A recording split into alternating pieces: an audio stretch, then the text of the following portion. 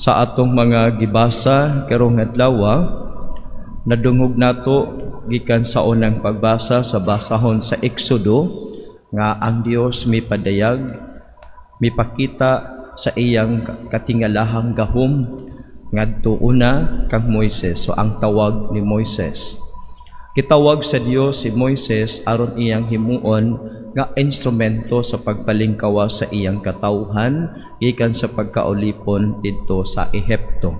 Og didto sa pagtawag kang Moises, pinaagi sa pagpakita kang Moises sa nagdilaab nga sampinit.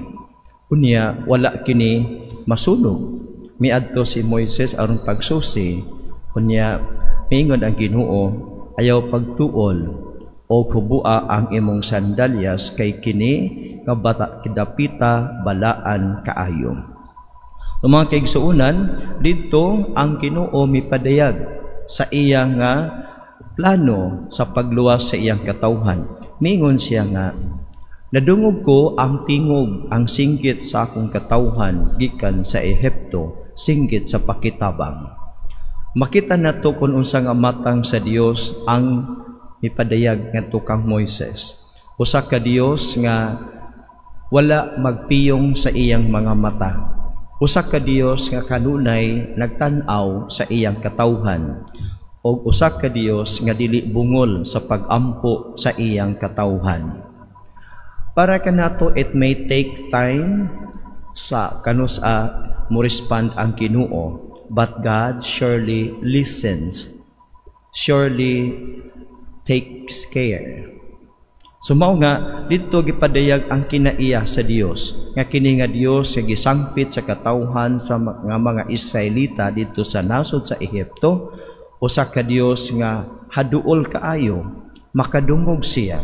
Usa ka Dios nga nagtan-aw kanunay sa kahimtang sa iyang katawhan ug labaw sa tanan, usa ka Dios nga muluwas kanila gikan sa ilang kapaitan, muluwas kanila gikan sa ilang pagkaulipon didto sa Ehipto. Busa gitawag niya si Moises o gihimo niya nga mao ang tigpamaba, mao ang moatubang kang paraon aron ang katawhan sa Dios malingkawas gikan sa pagkaulipon. Ang maong pagpadayag kung unsa nga matang sa Dios ang gituuhan sa mga Israelita, usa ka foreshadowing, usa ka landong sa umaabot nga hingpit nga pagpadayag sa kinaiya sa Dios. Ug ang hingpit nga pagpadayag nahitabo diha sa pagpadala kang Kristo. Mingon ta nga si Jesus is the final and absolute revelation of who the Father is.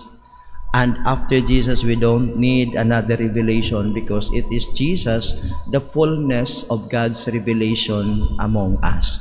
Mabitaw nga moingon si Jesus, ako ug ang amahan usara. Ang anaa sa amahan, ani kanako. Kung say naa sa amahan, ani usab kanako. Ako usab.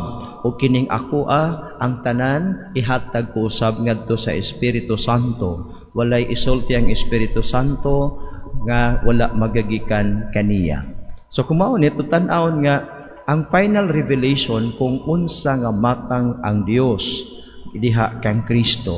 O kini nga pagpadayag diha kang Kristo, mingon siya nga kanang sa atong ebanghelyo nga ang akong amahan naghatag kanako sa tanang butang.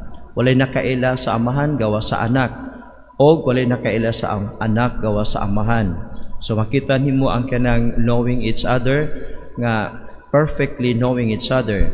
Unya mingon si Jesus, walay nakaila sa amahan gawa sa anak, o kadtong mga tawo nga buot sa anak nga makaila sa amahan.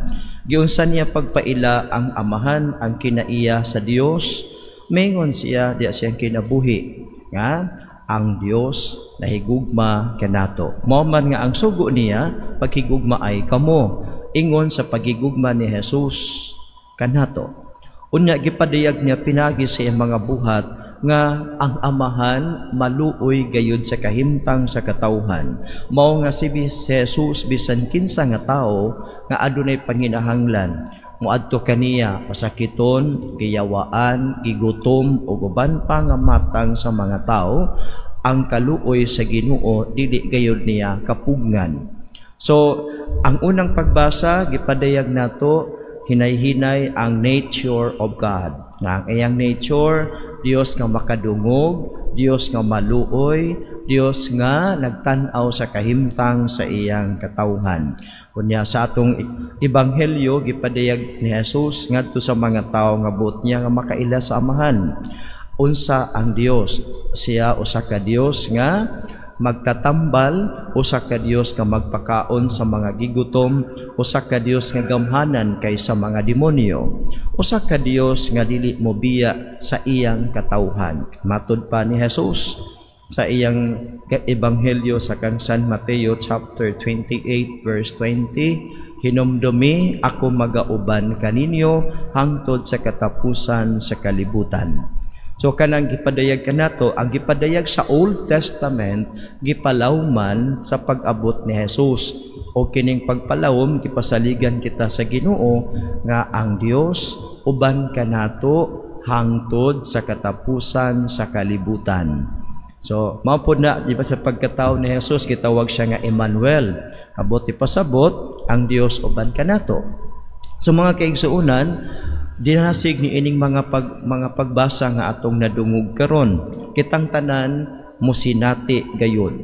Musinati sa kakuyaw, kalisod, musinati sa kabugat sa atong pagpuyo ning kalibutana, daghay problema apan hinumduman nato nga sa matag litok nimo sa imong pag-ampo adunay Dios nga namati kanimo. Og sa matag buhat nimo adunay Dios nga nagtan-aw nimo. Og sa imong pagpadayon sa matag adlaw, adunay Dios nga nakigkuyog kanimo. Wala ka biyae sa Dios.